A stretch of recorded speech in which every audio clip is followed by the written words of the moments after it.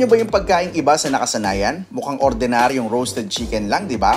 Pero hindi yan basta roasted chicken lang.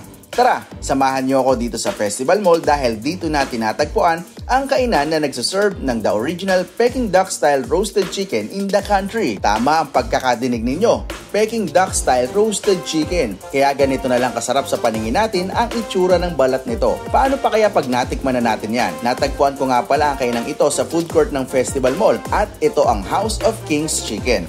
Narito nga pala ang kanilang menu. At ito naman ang ating in-order, ang Peking Duck Style Chicken Noodles na worth 89 pesos na may masarap na sabaw, egg, big chunks ng Peking Duck Style Roasted Chicken at noodles. Ito naman ang kanilang Queen's Plate na may quarter leg Peking Duck Style Roasted Chicken, liempo, java rice at may prawn crackers pang kasama. Ito naman ang kanilang best seller, ang quarter Peking Duck Style Lechon Manok with java rice na may free soup. Tapos kung nakasubscribe ka sa kanilang Facebook page o kaya naman may PWD ID ka at Senior Citizens ID, ay pasok ka sa kanilang 50 pesos off.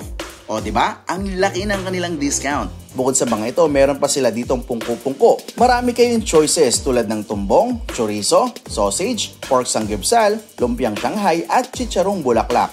Ang nakasanayan nating roasted chicken ay mas pinalevel up pa dahil in-incorporate dito ang paraan ng pagluluto ng Peking Duck kaya mas lalong sumarap ang lasa ng ating nakasanayang roasted chicken. Alam nyo ba na sila ang the original Peking Duck Style Chicken in the country? Kaya ano pang hinihintay ninyo? Tara, tikiman na!